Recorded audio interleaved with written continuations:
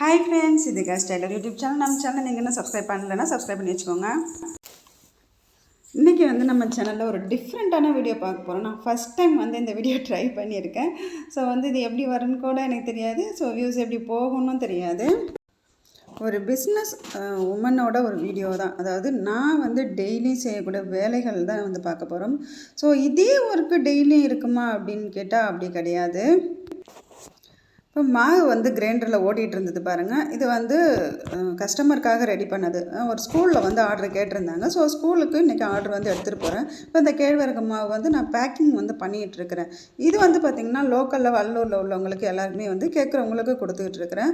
So இது packing பண்ணிவிட்டு அப்புறம் தேவையான இது எல்லாத்தையும் நான் பேக்கில் எடுத்து வச்சுட்டு கிளம்புறேன். ஒரு நாள் பார்த்திங்கன்னா ஒரு இடம் ஆர்டர் எடுக்க போவேன். எடுத்துகிட்டு வந்துட்டேன்னா அன்றைக்கி முடிஞ்சளவு அன்றைக்கி கொடுத்துருவேன். இல்லைனா ஃபோனில் கூட எனக்கு ஆர்டர் சொல்லிவிடுவாங்க. ஸோ நான் பார்த்திங்கன்னா ஃபோனில் ஆர்டர் எடுத்தாலும் அன்றைக்கி காலையில் ஆர்டர் கொடுத்தாங்கன்னா ஈவினிங்குள்ளே உங்களுக்கு டெலிவரி பண்ணிவிடுவேன். ஸோ இப்போ என்னென்ன தேவை அப்படிங்கிறது ஒன்றுத்தையும் நான் எடுத்து பேக்கில் வச்சிட்ருக்கேன். இப்போ நான் ஒரு இடம் ஆர்டர் எடுக்க போகிறேன்னா சாம்பிள் பீஸ் மாதிரி ரெண்டு பீஸ் தான் நான் எடுத்துகிட்டு போவேன். ஸோ தேவையான பீஸில் ரெண்டு நான் கட்டப்பையில் தான் எடுத்துகிட்டு போவேன். ஸோ அது எல்லாத்தையுமே பேக்கில் அழகாக அடுக்கி வச்சுருவேன். இதில் பார்த்திங்கன்னா ரெடி மிக்ஸு, ஃப்ரெஷ் மிக்ஸு, அப்புறம் இந்த மாவு எல்லாத்தையுமே நான் எடுத்து வச்சுக்குவேன். எதையுமே சாம்பிளுக்கு ஒன்று தேவைப்படுமே அப்படின்ட்டு ஒரு பொருளில் பார்த்திங்கன்னா ஒரு பீஸ் தான் எடுத்துகிட்டு போவேன். ஸோ இது எல்லாத்தையுமே இப்போ என்னென்ன இருக்குதுன்னு பார்த்துட்டு நான் அப்படியே எடுத்து வச்சுருவேன். இந்த பிஸ்னஸ் ஆரம்பித்து இப்போ பார்த்திங்கன்னா 24ஆந்தேதி இந்த மாதம் ஆரம்பித்தேன். போன மாதம் ஆரம்பித்தேன். இந்த நாள் இன்றைக்கி வரைக்குமே கொஞ்ச நாள் தான் ஆகுது. எனக்கு என்னை பொறுத்த வரைக்கும் நான் போடுற எஃபெக்ட்டுக்கு மூவிங் பரவாயில்ல அப்படின்னு தான் நான் சொல்லுவேன். ஏன்னா கொடுத்த இடத்துல எல்லாருமே திரும்ப திரும்ப கால் பண்ணி கேட்டுட்ருக்காங்க. ஸோ எனக்கு அது ரொம்ப ஹாப்பியாக இருந்தது.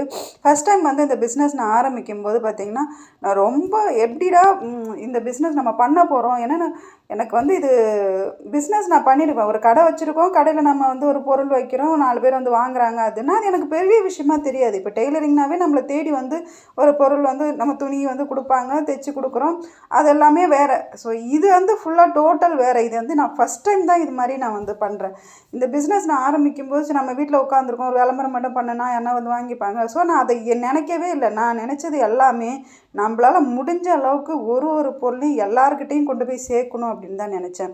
ஸோ அதுதான் நான் என்னோடய மைண்டில் கொண்டுட்டு வந்தேன். இது ஆனால் பண்ணுறதுக்கு முன்னாடி எனக்கு நான் ரொம்ப யோசித்தேன். சரி நம்ம எப்படி போய் இதை மற்றவங்கள்ட்ட ரீச் பண்ண போகிறோம் அப்படின்னு எனக்கு ரொம்ப கஷ்டமாகவே இருந்தது.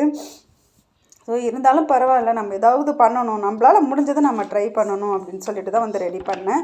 ஸோ பேக்கிங் எல்லாமே ரெடி ஆகிடுச்சு. இப்போ கிளம்புறதுக்கும் நான் ரெடி ஆகிட்டேன்.